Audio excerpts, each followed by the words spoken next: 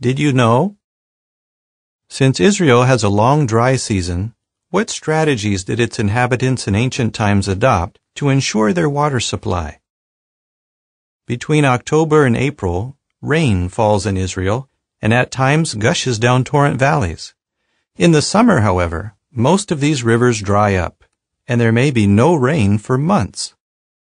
How did people in Bible times maintain a steady supply of water? They resolved this problem by cutting channels into hillsides and directing winter rains into underground cavities or cisterns. Rooftops were sufficiently sloped to direct rainwater into these cisterns. Many families had their own cistern, from which they could draw water to quench their thirst. The Israelites also took advantage of natural springs. In the highlands, winter rain seeps into the ground until it reaches impermeable layers of rock, along which it runs until it reappears in springs.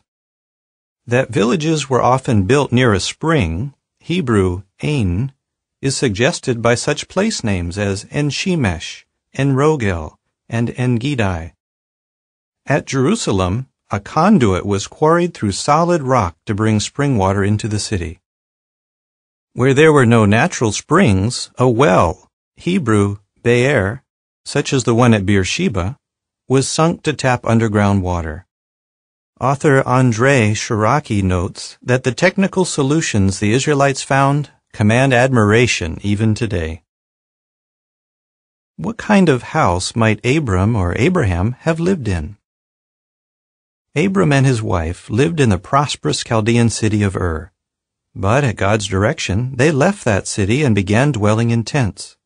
Consider what a sacrifice this change may have involved for them. Ur, in modern-day Iraq, was excavated by Leonard Woolley between 1922 and 1934. Among the buildings he found were some 73 houses built of brick. The rooms of many of these houses were arranged around a paved central courtyard. The courtyard sloped gently toward its center, where a drain eliminated wastewater.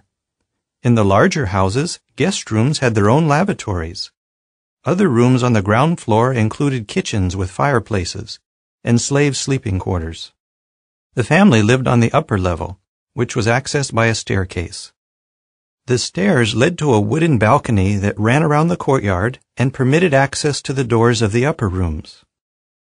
A house with its paved court and neatly whitewashed walls, its own system of drainage, of a dozen rooms or more, implies a standard of life of a really high order, wrote Woolley. And these are the houses of the middle class, shopkeepers, petty merchants, scribes, and so on. End of article.